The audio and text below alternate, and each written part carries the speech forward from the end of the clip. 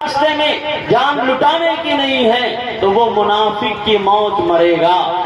وہ مسلمان ہو کر کے نہیں مرے گا, وہ ایمان والا ہو کر کے نہیں مرے گا, وہ قرآن و حدیث کو ماننے والا ہو کر کے نہیں مرے گا, وہ جناب محمد رسول اللہ صلی اللہ علیہ وسلم کا امتی بن کر کے نہیں مرے گا, منافق کی موت مرے گا.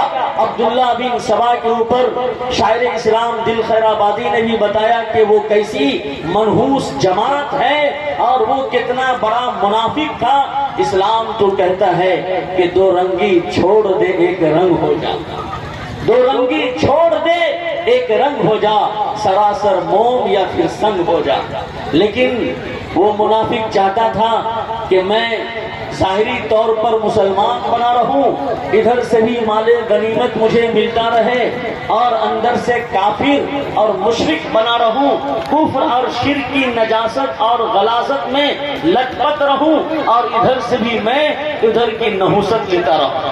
تو اللہ تبارک و تعالی عزت دینے والا ہے. وَتُعِزُّ مَن تَشَاءُ وَتُذِلُّ مَن تَشَاءُ بِيَدِكَ الْخَيْرُ إِنَّكَ عَلَى كُلِّ شَيْءٍ قَدِيرٌ. کہ عزت دینے والا تو وہ اللہ ہے جو بلال حبشی رضی اللہ تعالی عنہ کو قیامت تک کے لیے معزز بنا دیا.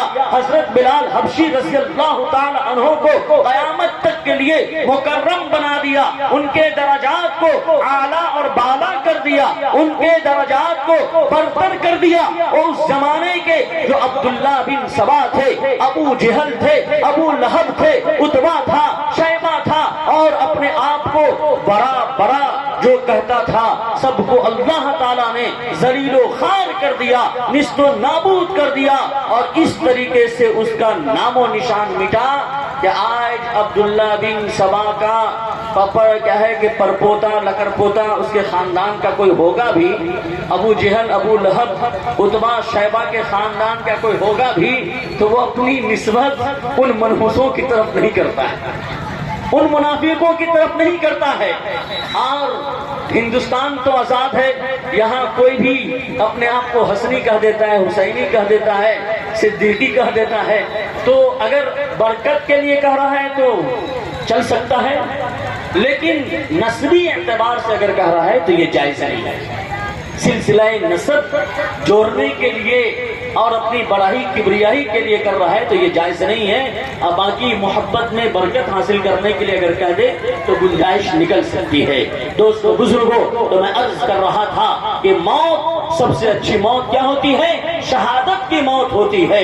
اور اللہ کے رسول صلی اللہ علیہ وسلم نے ارشاد فرمایا, ثم احیا ثم اقتل ثم احیا ثم اقتل. 3 مرتبہ اللہ کے رسول صلی اللہ علیہ وسلم نے ارشاد فرما دیا کہ میں تو چاہتا ہوں کہ اللہ کے راستے میں شہید کیا جاؤں پھر زندہ کیا جاؤں, میں اللہ کے راستے میں شہید کیا جاؤں پھر زندہ کیا جاؤں, میں اللہ کے راستے میں شہید کیا جاؤں پھر زندہ کیا جاؤں. یہ میری خواہش ہے, یہ میری تمنا ہے. اللہ کی جنت کے اندر کوئی کجی نہیں, کوئی کمی نہیں ہے. تنیو شرنم گچھ سرو بھاوین بھارت تتپر سدا پرام شانتم اشٹھانم پراپیسی سورگم.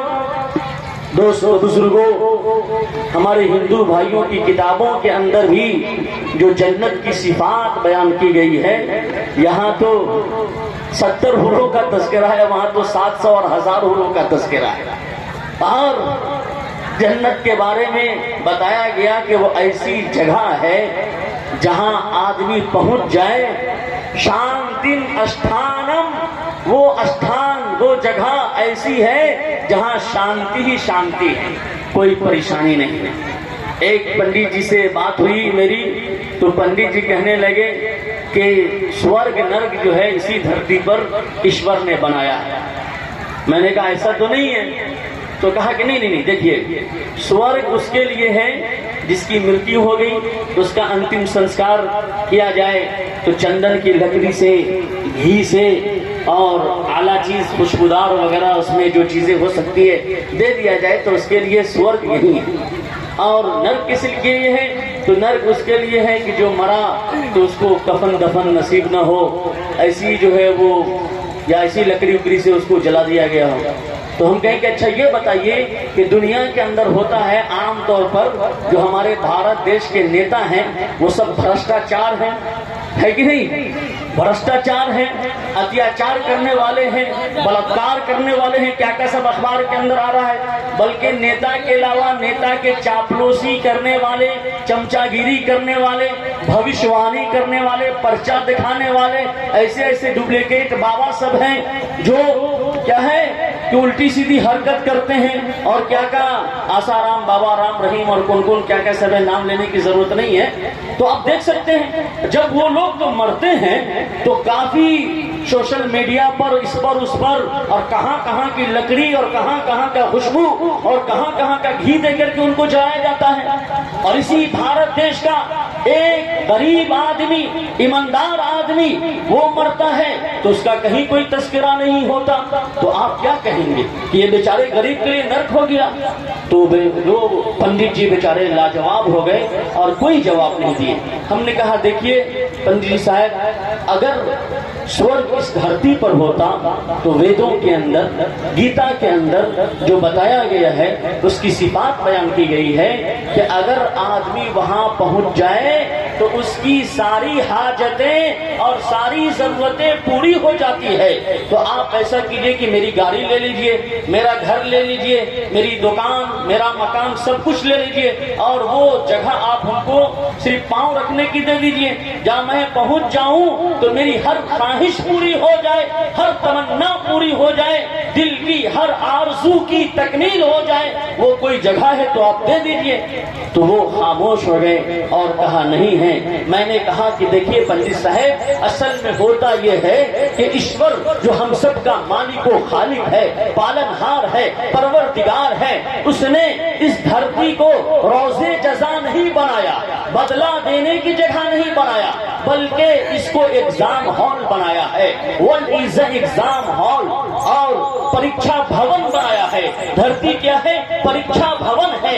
یہاں اللہ تبارک و تعالی انسان کا، جنات کا پریکشا لیتا ہے، امتحان لیتا ہے۔ 27ویں پارے کے اندر ارشاد فرما دیا گیا وَمَا خَلَقْتُ الْجِنَّ وَالْإِنسَ إِلَّا لِيَعْبُدُونَ، کہ اے انسان، اے جنات، میں نے تمہاری تخلیق اس لیے کی ہے کہ تم میرے بندہ بن کر کے رہو، میرے غلام بن کر کے رہو۔ جو میں نے تمہیں آدیش دیا ہے، جو میں نے تمہیں حکم دیا ہے، جو میرا آرڈر ہے اس کا پالن کرو، میرے حکم کی تکمیل کرو، تب تمہیں سفلتا ملے گی۔ اور یہی آدیش ہمارے ہندو بھائیوں کی جو کتاب ہے، سب سے زیادہ پڑھی جانے والی، آسانی سے دکان کے اندر مل جاتی ہے، اس کا نام ہے شریمد بھگوت گیتا۔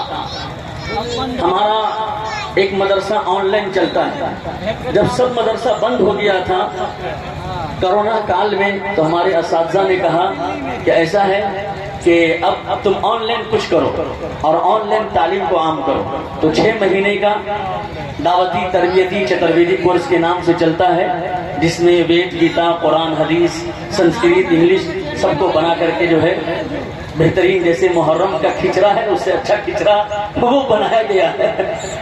تو محرم عاشورہ میں تو اچھا کھانا لوگوں کو اس دن حدیث کے اندر ترغیب آئی ہے، کھلانا چاہیے۔ یہ تو شیعہ حضرات کی طرف سے کچرا اور کھچڑا جمع ہو گیا ہے سنی کے اندر، اس کو ختم کرنے کی ضرورت ہے۔